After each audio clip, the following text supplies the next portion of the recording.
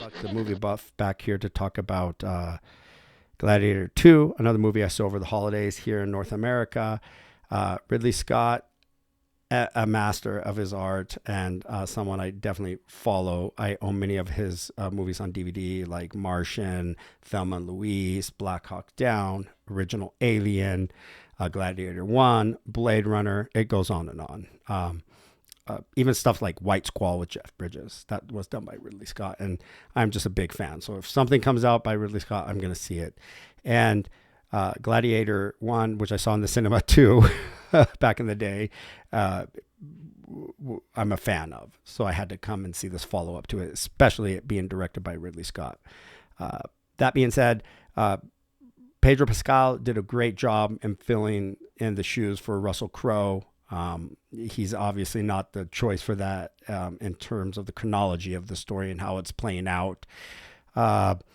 They did have some of the original actors come back, like Connie Nielsen and Derek Jacobi, even though he's getting up there in years. And I thought they did well at continuing on their characters and their roles.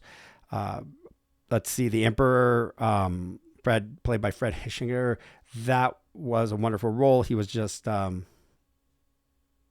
insidious, really made you detest him. So I thought he did a good job in kind of following up that kind of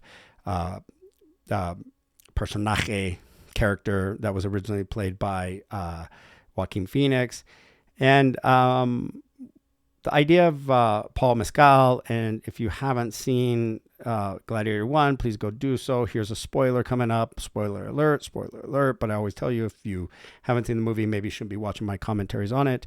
He plays the older adult version of Lucius, and I thought he did well. I just thought that was yet another plot coming back into it, and all these plots really became very, for a 2 hour or 2.5 hour movie, it felt like they were trying to squeeze a lot into that kind of time frame.